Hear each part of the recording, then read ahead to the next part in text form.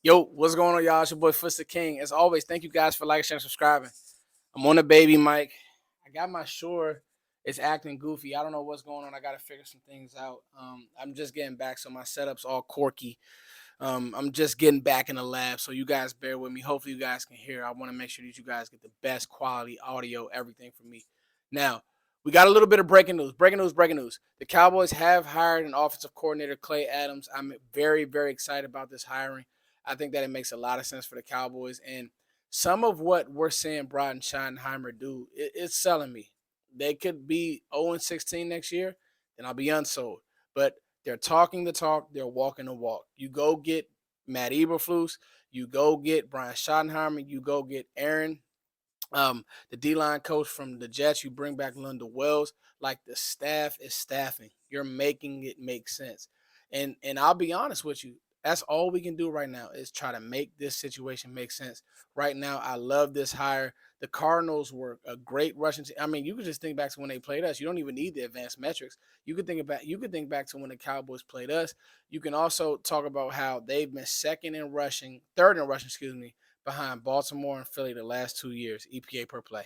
So, and they have really good pass blocking splits. Like Clay Adams, I don't know if he'll be here for long, y'all, because he's been an O-line coach. He wanted that offensive coordinator title, and pretty soon he might be a head coach because he just knows O-line play. When you have a niche like that, you're going to be in the league. And one of the cool things about it is, too, I like that Brian Schottenheimer is surrounding himself with people smarter than him.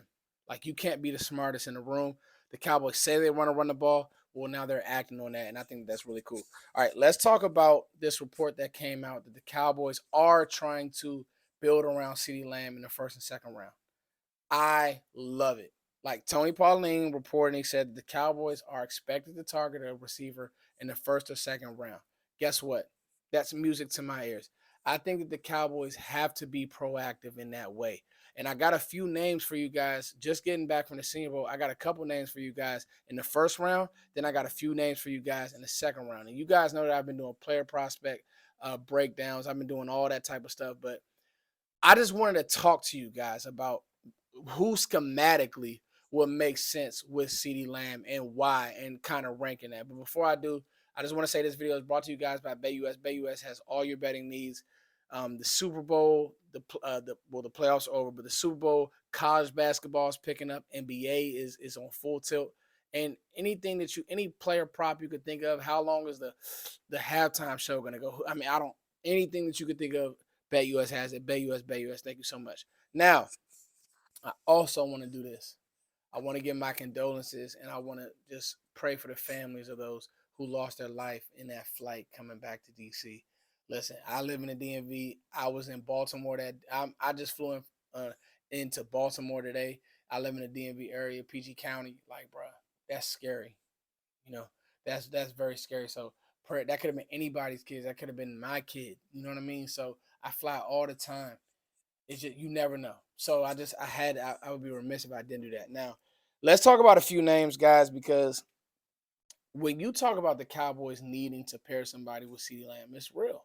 Like this team hasn't had two 800-yard receivers since CeeDee Lamb and Amari Cooper. That's not good.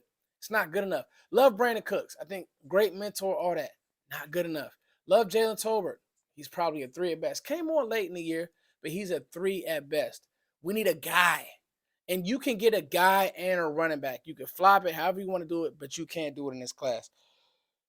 Number one, and could he possibly fall, is Ted McMillan. I think that Ted McMillan will make a lot of sense for the Cowboys if he were able to fall. Now, what happens is we go down to Senior Bowl and we see these guys get elevated. Like you'll see a Jackson Dart start getting first round consideration.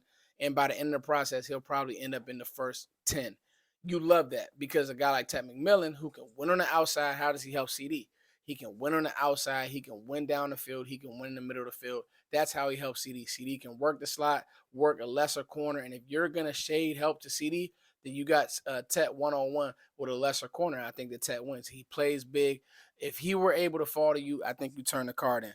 Number two is Luther Burden. Luther Burden has an amazing ceiling. Like his ceiling is through the roof. I think he can run past people. I think he has the best yak of anybody in the class. What you want to know with Luther Burden is, hey, Luther, do you know the NFL route tree? Will you know NFL language? If that's the case, you might have another Ceedee Lamb on your hands because he's that electric outside after the catch. You can move him in the slot. You can play him outside. You can put Ceedee in the slot. You can put him outside. But it's just after the catch, they're hard to bring to the ground. That's what you like about Luther Burden. Number 3 is my favorite receiver in this class just because of all the football things he does. He's a football playing guy. That is Emeka Egbuka. Emeka is special. No way around it.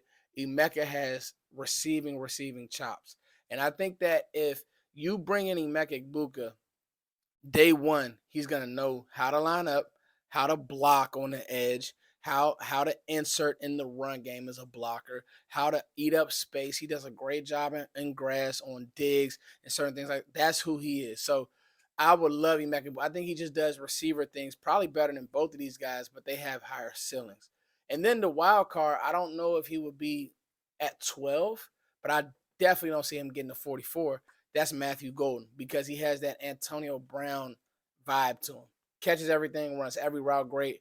He just looks great playing football. So those are my 4 in the first round, in the first half of the first round. That'll be Ted McMillan and Matthew Golden, Luther Burden, and of course Emeka Egbuka, my guy.